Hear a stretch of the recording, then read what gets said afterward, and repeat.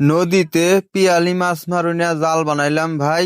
এই জালটা আপনি করে পুরাপুরি দেখামু কত বড় জাল আর কয় ফাঁসার জাল আপনি করে কমু এই ভিডিওতে। তো ভিডিওটা শেষ পর্যন্ত দেখবেন, তাহলে শুন দিশা হবেন সব। তো জালটা আমি উঁচা করে করে দেখাইতেছি কত বড় জালটা আমি বানাইলাম। এই জালটা ভাই বানাইতি মেলা দিনের দরকার, মানে মেলা টাইমের দরকার এই জালটা বানাইতি। এই জালটা ভাই 11 ফাঁসার জাল।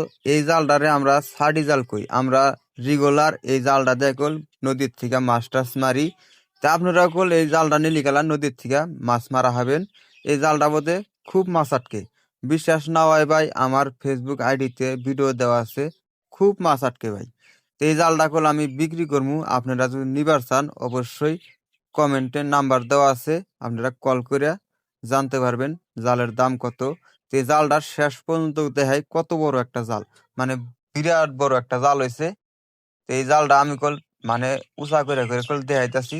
মানে উপরে যে বাসান দেখতেছেন এটা চটির বাসান। এই জাল বাসানটা আজকে আমি বানলাম। তো বানতে বানতে ভাই বৃষ্টি নেমে গেছিল গা।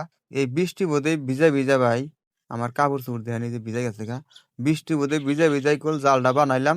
তো আপনি করে দেখাইতাছি যে ভাই এই জালটা কত পরিশ্রম লাগে এই জালটা তৈরি করতে। মেলা দিনের দরকার। তলে আছে গাই সিস্টেম। এই জালটা অনেকেই চিনেন, আবার অনেকেই চিনেন না। তো যারা যারা চিনেন, মানে এই জালটা দিয়ে মাছ টাছ মারছেন, হেরাই এই জালটার কথা কহাবেন। তো এই জালটা আমি বিক্রি করবো, অবশ্যই আপনারা কল করে জানতে পারবেন।